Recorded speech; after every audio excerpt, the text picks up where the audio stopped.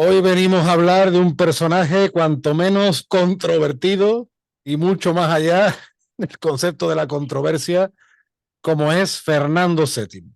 Todo, bueno, no solo la persona de Fernando VII, sino de su señor padre Carlos IV y de todo lo que, en fin, engloba aquella dificilísima época donde por desgracia se confirma la ruptura de la monarquía católica y unos hechos muy complejos que tanto el pana Emilio Acosta Ramos de Venezuela Provincial como yo creemos que se están simplificando y hasta falsificando, y eso no hace ningún bien a nuestra historia, ¿verdad, pana? Así es, Antonio. Bueno, antes que nada, como siempre, darte las gracias por la invitación a tu canal de YouTube, Antonio Moreno Ruiz.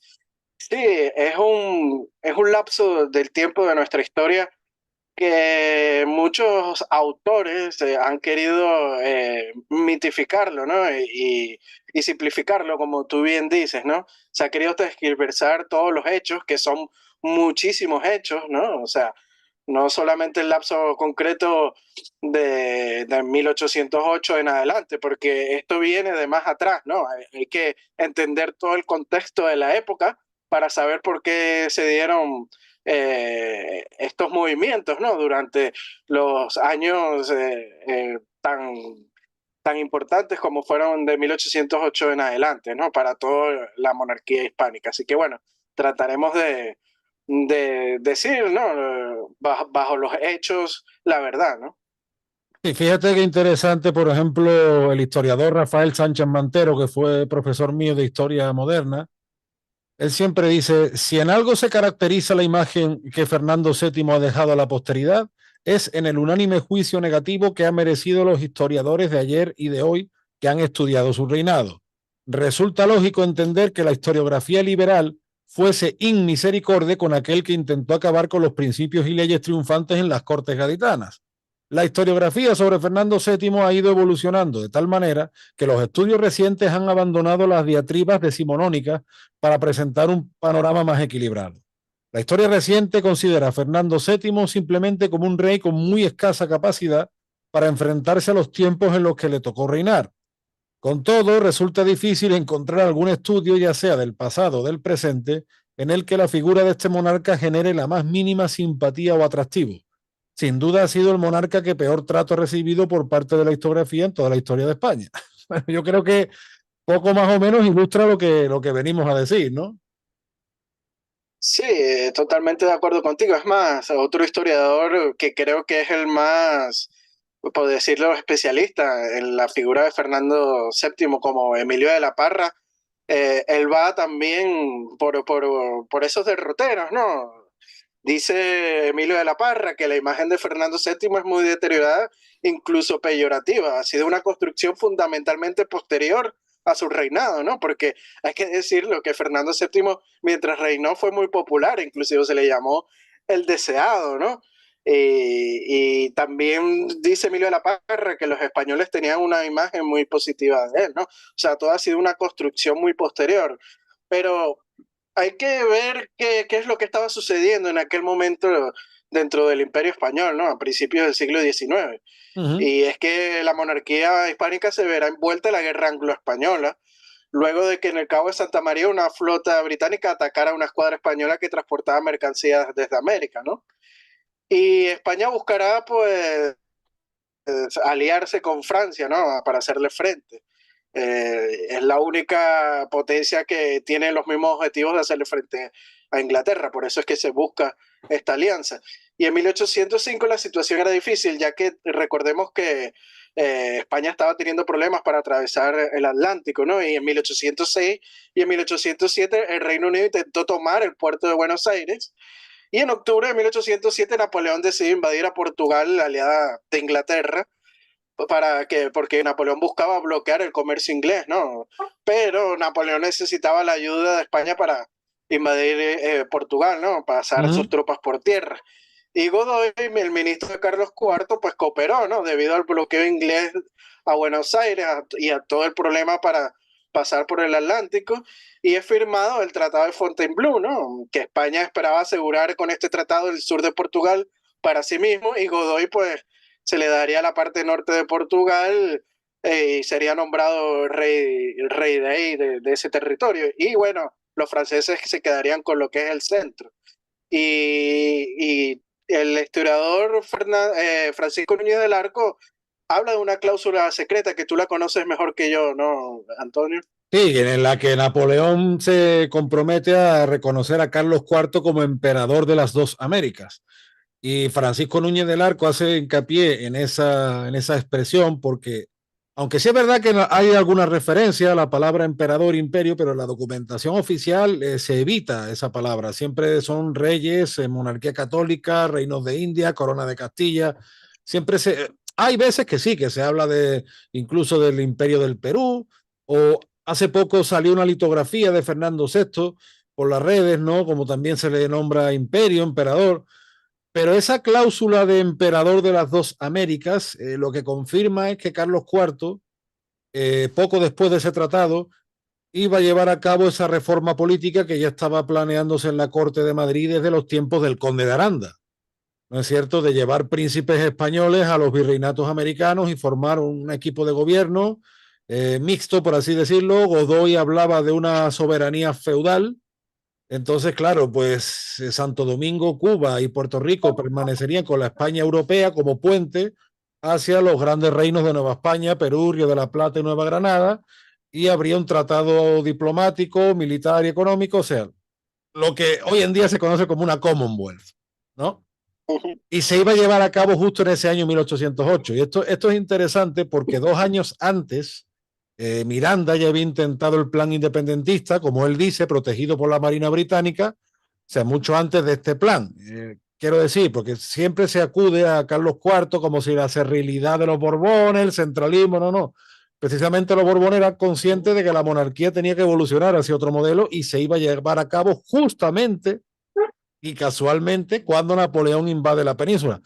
Tú, no obstante, Emilio, en otro escrito sí haces notar cómo la ingenuidad, o por no decir otra cosa, de Carlos IV y Godoy con respecto a Napoleón, porque claro, toda vez que la Revolución Francesa pues pasa con todo aquel vendaval de violencia, de sangre, de crímenes, ¿no? Eh, Napoleón tenía muy buena prensa y en España tenía muy buena prensa. Eso las memorias de un anciano de Alcalá Galiano dice que hasta los muchos frailes simpatizaban porque supuestamente era el que había restablecido el culto católico en Francia y claro, se pensó otra vez que algún pacto con Francia era posible. Sin embargo, Napoleón fue el mismo que se encargó de desmantelar o intentó desmantelar la anterior Italia española, ahora el reino de las dos Sicilias y toda la influencia española en Italia. Entonces, ahí vemos, ¿no, Emilio? Como entre Carlos IV, Godoy y toda la camarilla, pues no se estaban dando cuenta de quién era Napoleón. Sí, yo creo que cayeron tontamente con los planes que tenía Napoleón, porque el plan de Napoleón era conquistar toda Europa, ¿no? Y por consiguiente todos los territorios que tenían las potencias europeas alrededor del mundo. Y bueno, hay que decirlo, el gran enemigo de la monarquía hispánica siempre fue Inglaterra y Francia, pues también su gran enemigo era Inglaterra. Y bueno, el enemigo de mi enemigo es mi amigo, ¿no? Se trató de usar y bueno, se confió en Napoleón porque estaba restaurando otra vez lo que es un estado monárquico, ¿no? En la Francia y la religión católica, como bien dice, se le veía con buenos ojos, pero en el fondo, bueno, era un tipo que quería el poder para sí, ¿no? Y bueno, como tú bien dices, las tropas napoleónicas al tratar de invadir pues, Portugal iniciaron la ocupación estratégica de España, ¿no? Y el plan se derrumba, este plan de la cláusula secreta, como bien señala Francisco Núñez del Arco en su libro Quito fue España, ¿no? Y bueno, la ocupación de las tropas francesas de varias ciudades españolas no es bien vista por la población, ¿no? Por el pueblo. Y Mm. despierta también temor en la corte, porque están viendo que el plan no se está llevando a cabo, ¿no? Y los consejeros del príncipe de Asturias, el futuro Fernando VII, conspiran para derrocar a Carlos IV viendo todas estas aguas revueltas, ¿no? Pero él Y siempre bueno, tuvo una Fernando, relación, Emilio, muy difícil con su padre, ¿no? Porque él siempre intentó conspirar contra su padre. O sea, la cosa venía de atrás y además los rumores que corrían sobre el poder que tenía Godoy. Luego, pues las maledicencias que si era amante de su madre, pero bueno, fuera parte de ese cotilleo, por así decirlo, sí es verdad que buena parte del pueblo recelaba del poder prácticamente absoluto que tenía Godoy y además se le acusaba de ser un déspota, en fin. Fernando VII ya venía fraguándose ahí en ese mundo de conspiración, ¿no? Sí, claro, hay que decirlo, Fernando VII quería la corona para sí mismo, ¿no? Y aprovechó que el pueblo estaba viendo con malos ojos todos estos pasos que se estaban dando por culpa de Godoy, ¿no? Y bueno, en ese momento Carlos IV tiene mala prensa, ¿no? Por culpa de este consejero extremeño. Pero bueno, Fernando VII trata de derrocar a Carlos IV el plan del Escorial, ¿no? Y bueno, al final son descubiertos y el rey Carlos IV pues perdona a su hijo que apoya la conspiración y todo el resto de consejeros de Fernando VII son absueltos, ¿no? Y bueno, hay que decir que el ambiente era de nerviosismo, ¿no? En la corte. Y la familia real pues se traslada al Palacio de Aranjuez en el sur de Madrid en caso de necesidad, ¿no? Antes de un posible golpe de los franceses, pues huir al sur, Claro. como hizo la familia real portuguesa. Y bueno, huir al sur, claro, hacia Sevilla y embarcarse para América. Pero el 17 de marzo, Fernando VII da el motín de Aranjuez, aupado por el pueblo y sus consejeros, y Carlos IV pues abdica en su hijo para evitar una masacre, ¿no? Eso sí, luego por influencia de los representantes franceses le escribe una carta a Napoleón para buscar su apoyo cito a Carlos IV, que forzado a renunciar a la corona a aliado suyo, ¿no? Mm. Sí, no, además aquello fue un acto de torpeza porque precisamente a día de hoy quizás está más estudiado. Como bien decía Sánchez Mantero, la historiografía anterior pues ha tapado, se ha quedado muchas veces en lo superficial y ha tapado un poco los hechos más trascendentales. Y el motín de Aranjuez es un hecho muy trascendental para la historia de España, porque el plan de Carlos IV, en efecto, se dice que era ir a la Nueva España, ir a México, desde Sevilla hasta Cádiz, ¿no? Atravesando pues la Andalucía Atlántica y atravesar el Atlántico, valga la redundancia, hasta llegar a los ricos territorios novohispanos, al igual que hicieron los portugueses hasta que llegaron a Río de Janeiro, ¿no? Entonces, bueno, pues Fernando, el motín de Aranjuez lo que hace es abortar eso y hacerle mucho más fácil a Napoleón su plan de expresar a toda la familia real. O sea, eso Exactamente. probablemente ellos no pensaban que eso fuera así, pero fue un acto de torpeza que se lo puso en bandeja a Napoleón. Totalmente de acuerdo con lo que dices. Inclusive hay autores como Marcelo Gullo que citan que Fernando VII prefirió estar preso en Europa que libre en América. Si es que acaso Fernando VII podía predecir el futuro, era evidente. O sea, esto es hacer ciencia ficción totalmente. Bueno, Emilio, yo Inclusive, sobre ese punto, inclusive este plan era para Carlos IV, ni siquiera para Fernando VII. En eso se claro, equivoca eh, Marcelo Gullo. pero en ese punto es interesante porque siempre se suelen exhibir las cartas, ¿no? De Fernando VII pidiendo ser hijo adoptivo de Uh -huh. Napoleón, pero solo se muestran una parte de las cartas que se conservan, porque hay otras en las que Fernando VII no parece tan contento con Napoleón, ¿no? Sí, totalmente. Inclusive hay proclamas que se envían, que envía Fernando VII desde la prisión cuando está en Valencia, ¿no? Luego de que lo apresaran en, en Francia. Pero bueno, eso es un golpe orquestado por Napoleón, ¿no? Porque que recordemos que Napoleón aprovecha la situación, invita a la familia real a dirimir sus diferencias, ¿no? Y ofreciendo su apoyo y abriendo la opción también de desocupar España, lo cual suponía evitar la guerra. Y Fernando, bueno, Fernando VII temiendo que Napoleón apoyara a recuperar el trono a su padre, que ya había abdicado en su persona, y bueno, también conseguir la retirada francesa de España, pues acepta reunirse con Fernando VII. Por otro lado, Carlos IV también acepta ir. O sea, es un plan hecho por Napoleón, ¿no? Pero eso sí, Carlos IV llega Mm. días después a Francia. Pero algo curioso, Antonio, es que Carlos IV le envía una carta a Fernando diciendo que podía negociar con Napoleón en los términos que considerara conveniente, con las únicas condiciones de cito a Carlos IV, mantener la integridad del reino, no admitir tratados onerosos a mis pueblos, ni consentir en cosa alguna que se oponga a nuestra santa fe católica. Somos muy traidor, ¿no? Como suelen acuñar algunos historiadores. ¿Tú qué Es piensas? que, Emilio, la historia es lo que decimos siempre, hay que contarlo todo, no solo coger una parte de lo que... Claro, y aquí el problema es que la historiografía nacionalista, post-independencia, o la leyenda rosa de las independencias ha sido muy poderosa en ese sentido. En España este tema, pues, no ha interesado profundizar en él. Y claro, había que justificar de alguna manera la independencia en base a Carlos IV y Fernando VII. Luego uno se pone a analizar, y con esto no estamos justificando ni a Carlos IV ni a Fernando VII, sino simplemente es irte a Cometieron los errores. hechos. Eso Claro, es, irte a los hechos. claro. Y nos vamos a los hechos. San Martín, Bolívar o Iturbide fueron gobernantes absolutamente desastrosos. O sea que si ponen el grito en el cielo por Fernando VII, ¿qué no tendrían que hacer con San Martín, Bolívar y Iturbide? Fíjate tú el flamante imperio mexicano de Iturbide, ¿en qué acaba? O fíjate tú San Martín, por ejemplo, ¿en qué acaba? Además, está luego la leyenda de que, claro, se enfrentaron los inocentes americanos, ¿no? Que estaban oprimidos, se enfrentaron a un gran ejército europeo.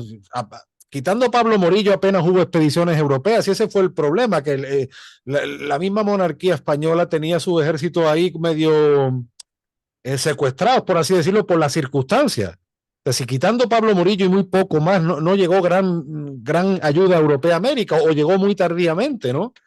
Entonces, claro, Carlos IV y Fernando VII son personajes que justifican este proceso de la independencia, que luego, además, vemos que viene cargado de propaganda, porque se dice, sí, pero es que las primeras juntas de América nombran apoyo a Fernando VII, pero es que luego, por ejemplo, Saavedra en el Río de la Plata reconoce que ellos toman el nombre de Fernando VII, pues bueno, pues porque tienen que encandilar a la plebe, pero que ellos no estaban por Fernando VII, y Saavedra, que se le representa rubio con ojos claros, me refiero, que no era un aymara o no era un quechua, habla del injusto derecho de conquista. Bueno, a lo mejor sería injusto derecho de sus abuelos, no de los que se quedaron en la península. Y lo mismo Sí, pasó o de en los España. abuelos de Simón Bolívar, que eran funcionarios de la monarquía hispánica en la Capitanía General. No, y los Bolívar que llevaban ocupando cargos de la monarquía desde finales del 16, o Sí, sea, imagínate, ¿no? Entonces, sí, exacto. por ejemplo las revueltas que hay, Hidalgo, ¿no? Que el cura Hidalgo nombra a Fernando VII, sí, pero él mismo sabía que era falso, porque como tú bien dices, había una especie de propaganda, vamos a decirlo así, de Fernando VII que se le decía el deseado, y ellos aprovechan eso. Entonces, ¿habría gente sincera en las juntas que se forman en América? Sí, pero muchos de sus líderes precisamente utilizaron eso para confundir a la gente. Eso no quiere decir que en la Sí, película exacto. no Bueno, pasara. uno de los que cayeron en esa trampa fue Andrés Bello. Andrés Bello Claro. nunca apoyó la República, fue monárquico. Claro, era Oye, monárquico, pero liberal porque quería una constitución, ¿no? pero Pero que en no la quería misma la península, independencia, además, él lo dice en sus Emilio, cartas. en la misma península vemos que Sí, este tipo de enfrentamiento también los hay. O sea claro. que no era solo de América, pero que es que se nos ha contado la historia muy mal. Y es lo que decimos siempre, uno de los problemas que tenemos los hispanos con respecto a nuestra historia es la incomprensión, porque se nos ha contado la historia muy mal, y si bien ni Carlos IV ni Fernando VII han sido los mejores reyes de la historia de España, las cosas hay que contarlas como son. Sí, totalmente de acuerdo. Y bueno, muchos dicen que no, que fueron traidores porque se fueron a Francia a regalar a España y a sus posesiones, pero es que eso fue un plan hecho por Napoleón, una trampa.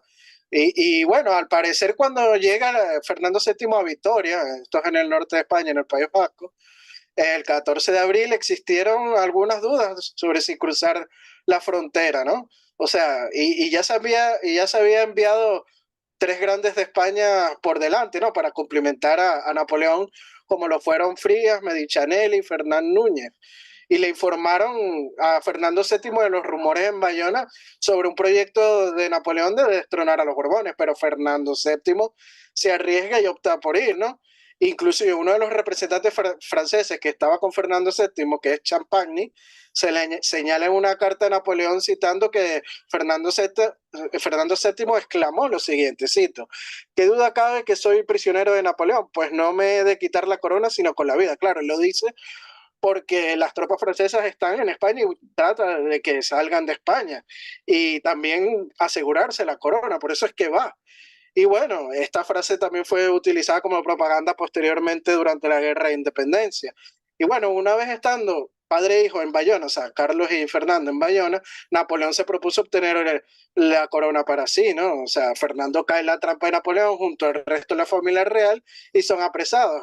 Y bueno, los consejeros que están ahí con los reyes redactarán una carta al dictado de Napoleón y la envían a la Junta de Gobierno que se había creado en ausencia del rey. Y cita lo siguiente: como el rey se halla, por decirlo así, en poder del emperador y no es posible tomar resolución alguna sin comprometer su propia seguridad, es preciso meditar mucho lo que se debe responder y aunque hasta ahora no se ha convenido, me manda su majestad trasladarlo a la Junta con mucha reserva para que se haya enterado de ello y redoble la actividad a fin de que no se altere lo más mínimo la tranquilidad pública, pues al menor asomo de insurrección peligra mucho la seguridad del rey y de los mismos pueblos. Aquí claramente se ve que Napoleón amenaza de muerte al propio Fernando con empezar una guerra. O Mm. sea, en principio hay que decirlo así.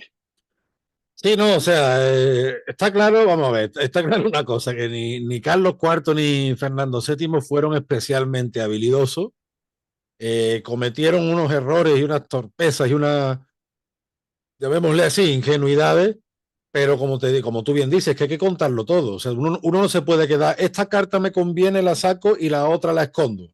Uh -huh. Igual que no te puedes quedar en, claro, yo leo la proclama de las juntas, pero luego lo que decía Saavedra lo escondo. No, no, no. La historia hay que contarla toda y hay que hacerla toda. Luego, si es verdad, Fernando VII como gobernante fue desastroso y fíjate su mujer, Cristina, ¿no? Al Uh poco -huh. de morir él, yo creo que no duró ni un año, se casó, se volvió a casar, hizo negocio con el tráfico de esclavos, en fin, por desgracia estamos en una época dramática para la historia de España, que España tardó muchísimo en remontar el vuelo y nunca lo remontó realmente como una potencia. Una vez hablamos, Emilio, de la Uh -huh. oportunidad que fue la anexión dominicana, que fue una gran oportunidad desaprovechada, una de tantas en ese siglo XIX. Y claro, hay muchas cosas del gobierno de Fernando VII que explican esa deriva. Lo que a mí sí me llama la atención es que en la América española la cosa no fue a mejor con la independencia, porque sí vemos que España tiene una serie de problemas. Y como dice Francisco Núñez del Arco, a pesar de los pesares, Fernando VII, aunque hizo, en fin, cosas, por ejemplo, darle el toisón de oro a Wellington, que Wellington es un personaje igual para la historia de España, que él decía solidarizarse con España en las guerras contra Bolívar y demás, pero le estaba enviando soldados a Bolívar. Y un tipo que no era ni católico y le concedes el toisón de oro. Pero sí es verdad que dentro de todo evita que los Rothschild o los Rothschild o como se pronuncie y otra serie de oligarquías británicas se queden con lo que es la minería, con mucha producción española, que después de su muerte es cuando entran a saco. O sea, las minas de Huelva hasta principios del siglo XX eran factorías inglesas, donde incluso se celebraba el cumpleaños de la reina Victoria y demás. Por eso, entre otras cosas, Huelva es la cuna del fútbol en España. Lo que es Río Tinto y Huelva es la cuna del fútbol a finales del 19 por eso. Y sabemos que había ingleses y escoceses que eran socios del Círculo Mercantil de Sevilla y eso viene de una política que intenta evitar Fernando VII, pero que después, por desgracia, entra a saco, ¿no? Entonces, pero vemos eso, que en la América española la independencia no soluciona estos males, sino que es que los agrava. Claro, por supuesto que los agrava. Pero lo curioso es, como tú bien dices, pues hay historiadores y autores que es como que van para el supermercado, cogen esto y en base a su propaganda e ideología, pues escriben y dicen algunas cosas. Y es curioso porque luego de las abdicaciones de Bayona, ¿no? Que obligan a Fernando y a Carlos a abdicar en la figura de Napoleón bajo amenaza, como hemos leído anteriormente, que por cierto, las abdicaciones son apócrifas. No las firmaron ni Fernando ni Carlos IV, o sea que curiosidades, ¿no? Por no Pues decir sí, que otra cosa. pues sí. Y los historiadores citan mucho las cartas de Napoleón, como tú bien eh, nombraste anteriormente, pero como bien dije, hay proclamas que envía desde la prisión en Valencia Fernando y los autores lo ponen en duda, ¿no? Y una de estas proclamas es muy importante, ¿no? La voy a leer. Eh, bueno, ajá, aquí está. Es una proclama que se llama Demostración de la Lealtad Española, en la que el rey alienta al pueblo español a levantarse en armas en contra de los franceses, ¿no? Y cita lo siguiente: un enemigo tan cruel y alevoso de que no es posible fiar jamás. Las amenazas de muerte de vuestro constante rey son un testimonio auténtico de la ambición de este monstruo y de la tiranía que los espera. O sea, esto sí no lo ponen en duda los historiadores, pero no las cartas de Napoleón. Es Que por que, cierto, las cartas de Napoleón, sí, que las no, cartas no, de Napoleón también son tergiversadas, porque nunca las ponen completas. Hay que claro, decirlo. La claro. carta esa de que pide que sea adoptado en abril de 1810 cita lo siguiente: Antonio, mi mayor deseo es ser hijo adoptivo de Su Majestad el Emperador, vuestro soberano, nuestro soberano. Yo me creo merecedor de esta opción, que verdaderamente haría la felicidad de mi vida, tanto por mi amor y afecto a la sagrada persona de Su Majestad, como por mi sumisión y entera obediencia a sus intenciones y deseos. Además, ansío salir de Valenciennes, porque esta habitación que por todos los lados se nos presenta desagradable por ningún título no es correspondiente. Como bien señala Fernando VII, los motivos de adulación a Napoleón son más que obvios, puro interés. Fernando VII se encuentra en una situación desagradable en su destierro. Inclusive muchos dicen, no, que Napoleón le dio dinero y unas rentas, ¿no? Pero a partir de septiembre de 1808, Napoleón se negó a sufragar los 400.000 francos anuales de rentas prometidas a Fernando VII, y lo que hizo fue que su nivel de vida fuera mucho más austero, ¿no? O sea, hay que decir las cosas como son. Sí, no, definitivamente. Hay muchos claroscuros en esta parte tan triste de nuestra historia que por temas propagandísticos no se ponen de relieve, como tú bien estás diciendo. Y bueno, por lo menos esperemos arrojar un poco de luz frente a esta parte, como te digo, no deja de ser una historia pues muy triste, muy trágica. Luego, en fin, después del reinado de Fernando VII ya vimos lo que vino, lo que vino, perdón, ya no No, sé ni, pero vimos lo que vino, Emilio, inclusive he dicho lo algunos, que vino, ya no sé ni lo que estoy hablando. pero es que inclusive algunos llaman traidor a Fernando VII por no querer negociar con los insurgentes en América. Pero lo cierto es que Fernando VII siempre luchó en la guerra por mantener la unidad del reino, teniendo el apoyo de la mayoría de las clases humildes americanas. Sí, bueno, sí es Esto, cierto que su padre sí era partidario de hacer esa gran reforma y parece como que Fernando VII lo corta en seco, pero como tú bien dices, él nunca reconoció las independencias y España la reconoce mucho después de su muerte, ¿no? En fin, la verdad que es no, una inclusive parte... algunos citan algunas cartas de Bolívar queriéndose reconciliar con España, pero eso es un documento anecdótico. Del hecho al trecho, o sea, te puedo decir muchas cosas, ¿no? Ah, bueno, y además, eso ya en la parte final de su vida en la que muere totalmente arrepentido, porque eso hay que decirlo. O sea, se Igual que San oculta, Martín, se, que muchos también dicen, no, que San Martín dijo para poner a virrey de la Serna, y traer un príncipe Borbón, pero es que al final él se retira a Europa y le deja que Bolívar continúe la guerra. O sea, en verdad no quería ninguna unión con España, ni Bolívar quería una unión con España tampoco. no, no, y además el hecho de que los principales próceres, o incluido Miranda muere diciendo que quiere ayudar a la reunión de Venezuela con su madre patria, pues bueno, si los próceres mueren arrepentidos, cosa que se ha ocultado, hombre, es que algo falló.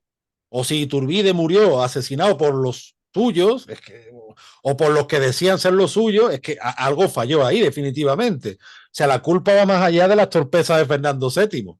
Pero bueno, como decimos, Carlos IV y Fernando VII son personajes muy socorridos, son como sacos de boxeo, ¿no? En los que echarle todas las culpas y explicarlo todo. No, y si te pones a ver quienes gobernaban América durante los decisivos momentos de la emancipación, es la Junta de Regencia, ni siquiera Fernando VII. Sí, no, O no. sea, y los planes esos de que Bolívar envió una embajadora en 1820 a Francisco Antonio Sea con un plan de reconciliación y confederación, o sea, la cuestión es que el principio innegociable es que España aceptara la emancipación de toda América. O sea, ¿qué forma de buscar la unión es esa? Eso es una falsedad, no iba a ser No, otro bueno, estado. y Bolívar también habló de ir a conquistar a España y darle la libertad a España. O sea, Bolívar habló de muchas cosas. De eso incluso No, lo decía Unamuno alabando al a final su Bolívar. proyecto fracasó, no, al final su proyecto fracasó y lo que hizo fue balcanizar a toda América en vez de Claro. unir. En fin, Emilio, pues como decíamos, esperamos haber arrojado un poco de luz en este asunto. Desde aquí siempre recomendamos que sigan tus redes, Venezuela Provincial, que está muy activo en Instagram, en Facebook, en YouTube. De vez en cuando te peleas con el mundo, pero bueno, son gajes del oficio. No, bueno, si llegan algún indigenista o bolivariano insultando, pues lo mando camino de Guanajuato, ¿no? Sí, sí, llorando, bloqueado de una, pero bueno, se trata de contestar las cosas de la buena manera, bajo el respeto, ¿no? Y bueno, también recomendar a los seguidores de Venezuela Provincial seguir tu página en Facebook, que es página de Antonio Moreno Ruiz, y también en Twitter como un andaluz indiano, y suscribirse al canal de Antonio Moreno Ruiz en YouTube. Estamos en Instagram y Facebook, en Venezuela Provincial, donde siempre publicamos nuestros artículos de investigación histórica y aprovechamos para enviarle un saludo a nuestros Patreon, como son Gabriela Arrieta, Ángel Rodríguez Suárez, Juan Cristóbal García y José Alberto Gil. Martínez. Un Así que saludo bueno, para, aquellos que quieran ser mecenas de nosotros pueden hacerlo a través de la página de Patreon de Antonio Mariano Ruiz y de Venezuela Provincia. como dicen en el Perú, un saludo para la gentita. Así es, Antonio. Listo, pues nos vemos la semana que viene o cuando Dios provea y quiera con más material. Te mando un abrazo, Emilio, desde el puerto y la Así es. puerta de las Indias. Y yo otro desde la Villa y Corte de Madrid. Hasta la próxima, Antonio. Hasta la próxima, chao, chao.